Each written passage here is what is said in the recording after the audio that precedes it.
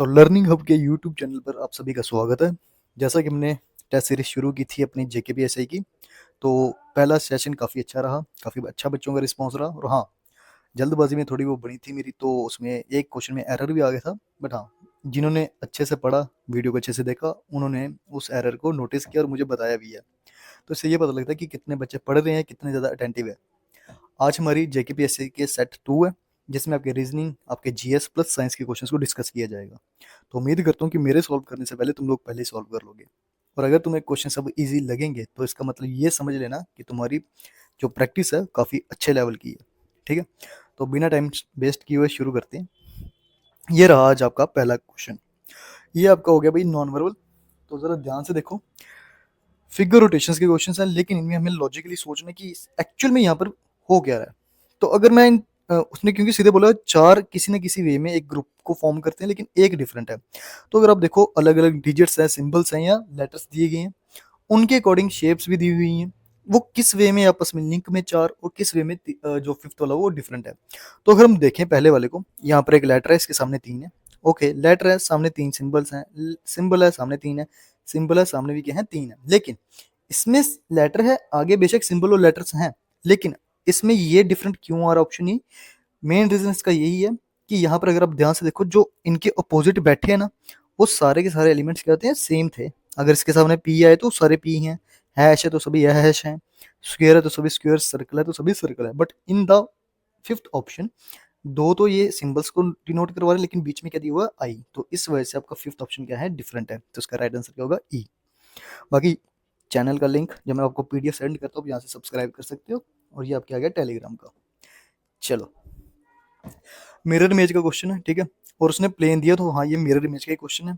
उम्मीद करता हूँ ये तुम लोग खुद भी कर लोगे। बट हाँ, एक शॉर्टकट ट्रिक मैंने तुम्हें बताई हुई है। तुम पेज को क्या कर सकते हो, अगर इसकी मिरर इमेज निकालनी है, अपने गिवन पेज पे जो दिया उसको लिखो और उसी को आगे की तरफ रोटेट कर दो, तो आपकी मिरर इमेज आ जाती है। तो चलो मैं ट्राई करता हूँ, क्योंकि अभी यहाँ पर मैं पेज के थ्रू तो नहीं बता सकता तुम लोगों को।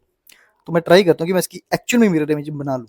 तो मिरर इमेज में होता है कि हमारा लेफ्ट का राइट हो जाता है। मतलब 8 जो यहाँ पर दिख रहा है, मुझे यहाँ पर ऐसे दिखेगा सभी में। उसके बाद क्या आ रहा है, एम आ रहा है, तो एम एज इट इज दिखेगा, तो ये ऑप्शन भी नहीं आएगा, ये भी नहीं आएगा। 9 एंड 9 का मुझे कुछ इस वे में दिखेगा, तो 9 दोनों ही केसेस में, चलो खत्म हो गया। Option B is the right answer. ठीक है। अच्छा, सिलोगिज्म का क्वेश्चन देखो। क्वेश्चन की ना ऊपर से जो वर्डिंग दी होती है, ठीक है, वो काफी लेंथी दी होती है क्वेश्चन बड़ा दिखाने के लिए, लेकिन हमारा मतलब सिर्फ इतने क्वेश्चन सही है। तो कर क्या रहे, सिलोगिज्म के क्वेश्चन में कुछ स्टेटमेंट दिए हैं और कुछ कंक्लूजन्स दिए हैं। चेक करेंगे स्टेटमेंट के अकॉर्डिंग जो कंक्लूजन्स दिए हैं सभी फॉलो करते हैं या फिर कोई फॉलो नहीं करेगा, या ओनली फर्स्ट फॉलोस या ओनली सेकंड फॉलोस। तो वेन डायग्राम के थ्रू करेंगे। ऑल डॉल्स आर रोबोट्स, सारी की सारी डॉल्स क्या हैं, रोबोट्स के अंदर हैं। ठीक है। Then some robots are toys. Okay, some robots are toys, तो ये रोबोट है और ये आ गया आपके पास टॉयज। फिर कह रहा है सम टॉयज आर साइकिल्स। ठीक है, टॉयज का सम हो रहा है, लेकिन किसके साथ हो रहा है, साइकिल के साथ। तो ये बनेगी आपकी एक्चुअल वेन डायग्राम। अब जरा अपने कंक्लूजन्स को चेकआउट करते हैं और देखते हैं कि उनके अकॉर्डिंग क्या क्या पूछा गया। कह रहा है सम टॉयस और डॉल्स, क्या मुझे सम टॉयस और डॉल्स दिख रही है, नहीं। तो पहला वाला गलत है। क्या अच्छा, नो साइकिल इज रोबोट, तो नो का तो यहाँ पर कोई रिलेशन ही नहीं है। ठीक है, तो इसलिए हमारा सेकंड में क्या हो गया, रॉन्ग। आइदर और के लिए नहीं जाएंगे, क्योंकि यहाँ पर कंडीशन सेटिस्फाई नहीं कर रही है, हमारे वर्ड सेम नहीं है ना, सब्जेक्ट प्रेडिकेट। तो इसका सीधा सीधा आंसर क्या हो जाएगा, नन ऑफ दिस, या फिर लिखोगा नाइदर फर्स्ट नॉर सेकंड। ठीक है, तो कितनों के आंसर सही आ रहे हैं मुझे कमेंट करके जरूर बताना। और नेक्स्ट क्वेश्चन पे, तो ब्लड रिलेशन का भाई क्वेश्चन, और ये पहला क्वेश्चन है कौन सा, कोडेड टाइप का। तो कोडेड टाइप में करते हैं शुरू। जो जो उसने डिनोट किया हम उसके अकॉर्डिंग करेंगे। u माइनस वी, माइनस क्या डिनोट करवा रहा है, ब्रदर, लेकिन फर्स्ट पर्सन दूसरे का, तो मतलब u is the brother of v। तो हम यहाँ पर बना लेते हैं u जो है वो ब्रदर बन गया v का। v के बाद बीच में मल्टीप्लीकेशन है, मल्टीप्लीकेशन डिनोट करवा रहा है वाइफ, मतलब v is the wife of w। तो ये फीमेल हो जाएगी, और वाइफ किसकी है, w की, जो कि अल्टीमेटली w मेल को बना देगी। फिर यहाँ पे डिवाइड है, डिवाइड डिनोट करवा रहा है फादर को, it means w is the father of y। तो w फादर बन गया y का। ओप्स, हमारे पास अभी y का जेंडर नहीं है, वो आगे जाके कंफर्म होगा। फिर y के बाद प्लस लिखा z, प्लस डिनोट करवा रहा है मदर को, मतलब y is the mother of z। तो y जो होगी वो मदर होगी, लेकिन किसकी होगी, z की होगी। तो ये बनी हमारी एक्चुअल डायग्राम। यहाँ पर साइड पे ना इसको फेयर करके बना देता हूँ, u जो कि मेल है, ब्रदर वी का है जो कि फीमेल है, जिसकी शादी हुई है किससे, डब्ल्यू से हुई है जो कि मेल है। उसकी नीचे बेटी है वाई, जिसका नीचे एक और पर्सन दिया हुआ है जेड, क्योंकि ये मदर बनी है जेड की। तो जरा देखो क्वेश्चन उसने पूछा गया हमसे, उसके अकॉर्डिंग आंसर्स देते जाएंगे। तो पढ़ो जरा पहला क्वेश्चन। उसने बोला बताओ based on the above how U related to Z, जो हमारा यू होगा वो एक्चुअल में जेड का क्या लगने वाला है। तो अगर आप ध्यान से देखो, यू और जेड रिलेशन में किसके थ्रू आ रहे हैं, मेन वाई के थ्रू, क्योंकि जेड की ऊपर एक मदर है, उस मदर की मदर जो है उसके आगे वो ब्रदर है। ओके, तो ये एक आपका एक्स्ट्रा रिलेशन, आप ऐसे कह सकते हो कि आपके पास मेटरनल या पेटर्नल ग्रैंड मदर जो भी है उनके आगे ब्रदर है। बट ऑप्शंस में इनको ओपन करके लिखा हुआ है, तो हम ऑप्शंस को ही देखेंगे। तो जेड के पॉइंट ऑफ व्यू से अगर आप देखोगे तो क्या कह रहा है जेड, जेड की मदर मतलब मदर्स मदर्स मदर्स सभी में आ रहे हैं, मदर के ऊपर कौन है, मदर, तो मदर्स मदर्स ब्रदर है, तो माँ की जो माँ है उसका आगे वो जू क्या है, बाई है। तो इसकी मदर की मदर कौन है, वी, उसके तो आगे ब्रदर है, तो mother's mother's brother, option C is the right answer. और हाँ, ये क्वेश्चन आपके आरआरबी एनटीपीसी का है। चलो नेक्स्ट क्वेश्चन पे आओ। डाइस का क्वेश्चन मुझे लगता है मेरे करने से पहले तुम लोग कर लोगे। तो डाइस का क्वेश्चन में क्या कह रहा है, two positions of a given dice are given below, ठीक है, ऑपोजिट फेस निकालना है किसके, थ्री का। तो हमें पता है डाइस के तीन ही केसेस होते हैं, उन तीन में से हमें बस चेक करना है कि यहाँ पर कौन सा अप्लाई हो रहा है, क्या यहाँ पर कुछ कॉमन है, तो हाँ एक ही डिजिट कॉमन है, कौन, वन। और अगर हम ध्यान से देखें उसकी पोजीशन चेंज है, यहाँ पर वन राइट साइड है, यहाँ पर लेफ्ट साइड है, सॉरी। तो हम क्या करेंगे, रोटेशन करेंगे लेकिन कॉमन से। तो अगर मैं वन से क्लॉकवाइज जाऊंगा थ्री, थ्री के बाद फोर, तो वन के बाद आ गया थ्री, देन थ्री के बाद फोर। इस केस में अगर आप वन से रोटेशन चलाओगे पहले क्या आएगा, फाइव, देन फाइव के बाद सिक्स, ठीक है। तो लो पूछा किसका, थ्री का, तो मेरे पास थ्री का अपोजिट क्या आ गया, फाइव। तो हमारे पास आंसर आ चुका है थ्री का अपोजिट फाइव। और नेक्स्ट क्वेश्चन, अब आपके जीएस के क्वेश्चन है, ठीक है। पूछ रहा है in which year was a treaty of Amritsar signed. देखो अभी भी जो हमारे जम्मू और कश्मीर में हालात चल रहे हैं, एक ट्रीटी है जो कि अभी नहीं रही, ठीक है। तो कमेंट करके बताना कि वो कौन सी है।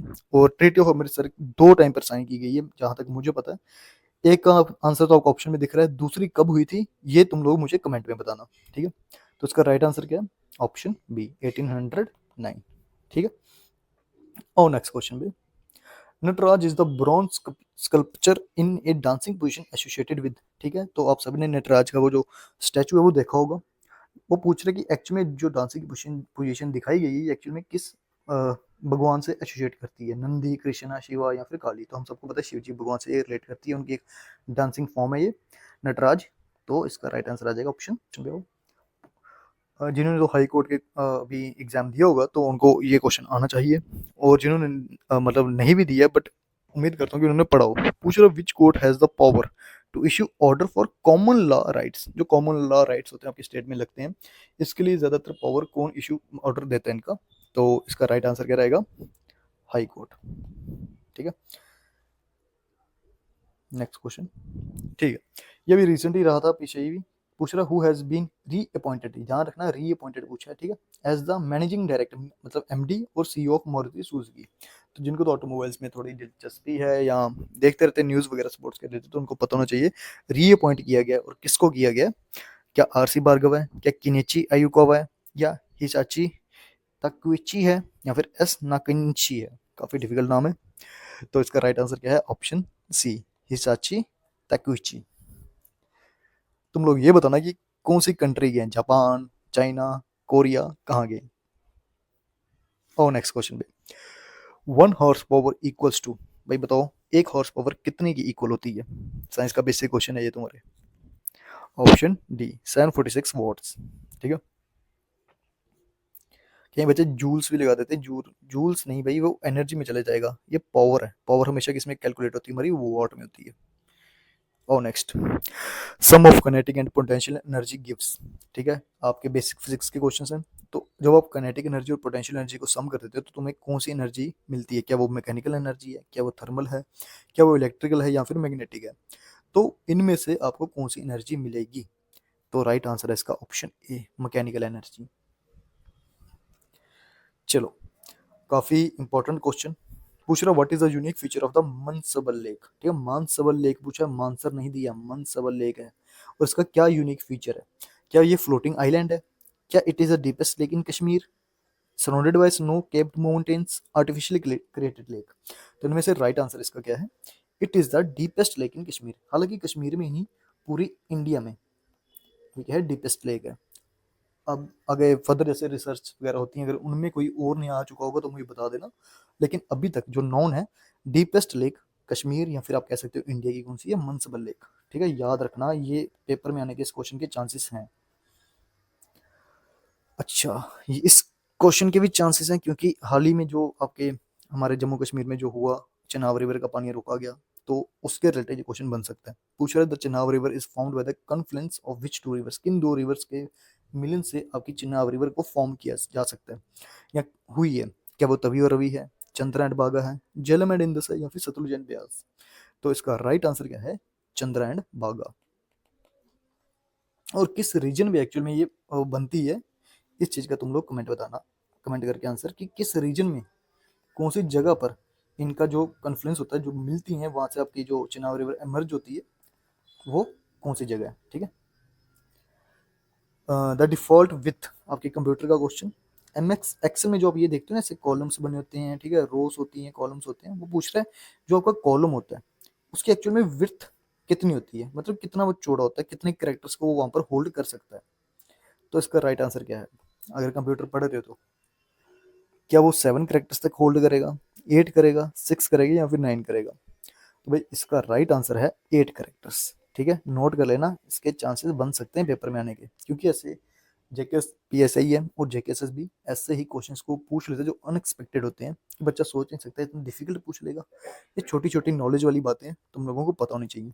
8 कैरेक्टर्स को विथ को होल्ड करता है, ये डिफॉल्ट है। आगे आप इसको एडजस्ट कर सकते हो, रीअरेंज कर सकते हो।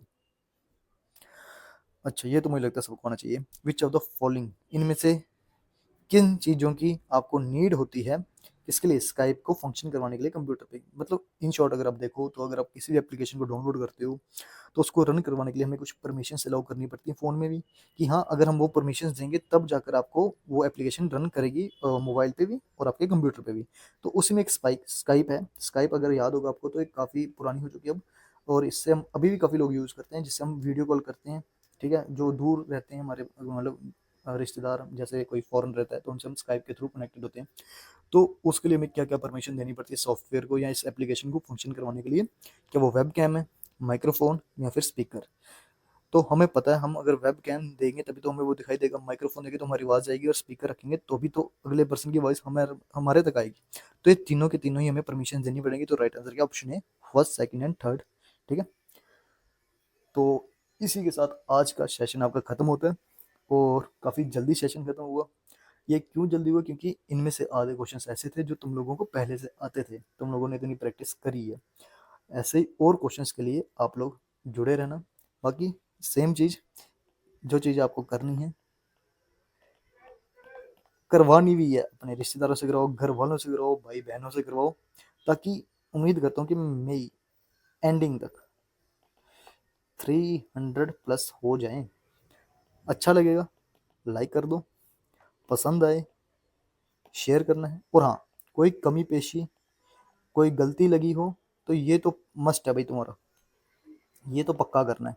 क्योंकि पहले सेट में मेरे पास जो फर्स्ट क्वेश्चन था उसके मैंने लॉजिक आपको सही बताया था, बट ऑप्शन गलत किया था और किसी बच्चे ने ज़्यादा ध्यान नहीं दिया। बट हाँ, कुछ बच्चे हैं, मैं उनके अगली वीडियो में नाम लूँगा, जिन्होंने मुझे मैसेज भी किया कि सर ये क्वेश्चन में अपने ऑप्शन गलत किया है, तो मैंने वो जानबूझ के किया था। और हाँ, उस वजह में जब मैंने एक क्वेश्चन भी किया था मैनेजर वाला, उसमें भी एक गलती हुई थी कि मैंने क्वेश्चन में मैनेजर्स लिखना था, मैनेजर लिखा हुआ था।